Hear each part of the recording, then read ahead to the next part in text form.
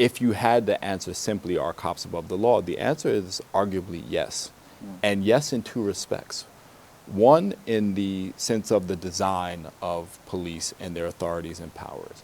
And I'm referring to something called qualified immunity, where police, and not just police, but many other government officials enjoy a level of immunity from the kinds of discipline that you or I, as lay citizens, would expect if we committed the kinds of misconduct, frankly, that some police have committed in the United States in recent years. Right. There is a sort of immunity from the kinds of punishment that we would expect.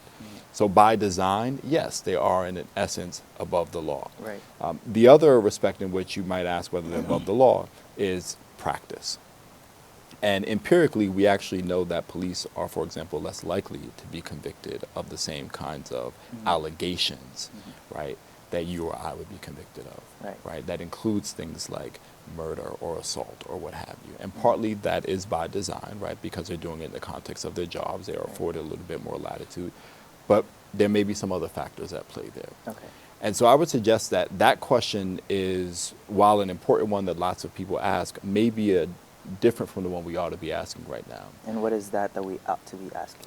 I would say the question we ought to be asking, or the questions that we ought to be asking, are to what extent are they above the law, right? Especially in the wake of this Tyre Nichols incident.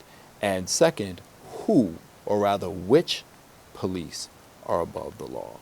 Because what the Tyre Nichols case presents for us is a different set of circumstances. I won't say distinct, but a different set of circumstances than those that have defined what I would consider the paradigmatic case of police-community relations, where now you've got black officers with a black victim in a unit that's led by a black official.